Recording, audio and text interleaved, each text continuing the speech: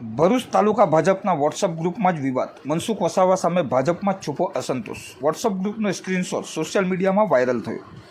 ભરૂચ લોકસભાની બેઠક સામાન્ય જ્ઞાતિ પ્રકાર માટેની છે. છેલ્લા 7 ટર્મથી ભારતીય જનતા પાર્ટી સેન્સ પ્રક્રિયાના માધ્યમથી પાર્ટીના સિનિયર કાર્યકરોનો મૂર્ખ બનાવી સામાન્ય બેઠક ઉપર આદિવાસી ઉમેદવારની પસંદગી કરી ટિકિટ ફાળવે છે. શું ભારતીય જનતા પાર્ટી પાસે સમગ્ર ભરૂચ જિલ્લામાં સામાન્ય જ્ઞાતિનો કે બક્ષી જાતિનો કે પછી અનુસૂચિત જાતિનો કોઈ કર્મઠ કર્તવ્યનિષ્ઠ આજ્ઞાંકિત કાર્યકર જ નથી?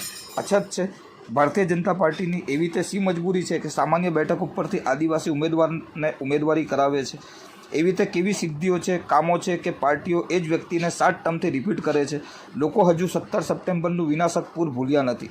કોણ કેટલું મદદે આવેલું? રાષ્ટ્રની સૌથી મોટી 18 કરોડ કાર્યકર્તા ધરાવનાર લાર્જેસ્ટ કહેવાતી પાર્ટી જૂના લોકોને જ રિપીટ કરશે તો નવાને તક ક્યારે મળશે?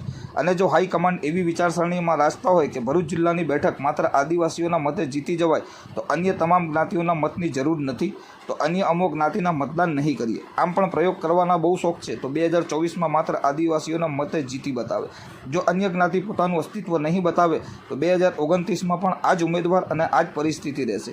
અત્યારે તમારા હક માટે અવાજ નહીં ઉઠાવો તો હજુરિયા ખજુરિયા અને હવે મજૂરિયા તરીકેની તમારી ઓળખને આવનારી તમારી નવી પેઢી ક્યારેય માફ નહીં કરે. એ પ્રકારનો લખાણનો સ્ક્રીનશોટ ભરૂચ તાલુકા ભાજપના વોટ્સઅપ ગ્રુપના સ્ક્રીનશોટ સોશિયલ મીડિયામાં વાયરલ થયો છે.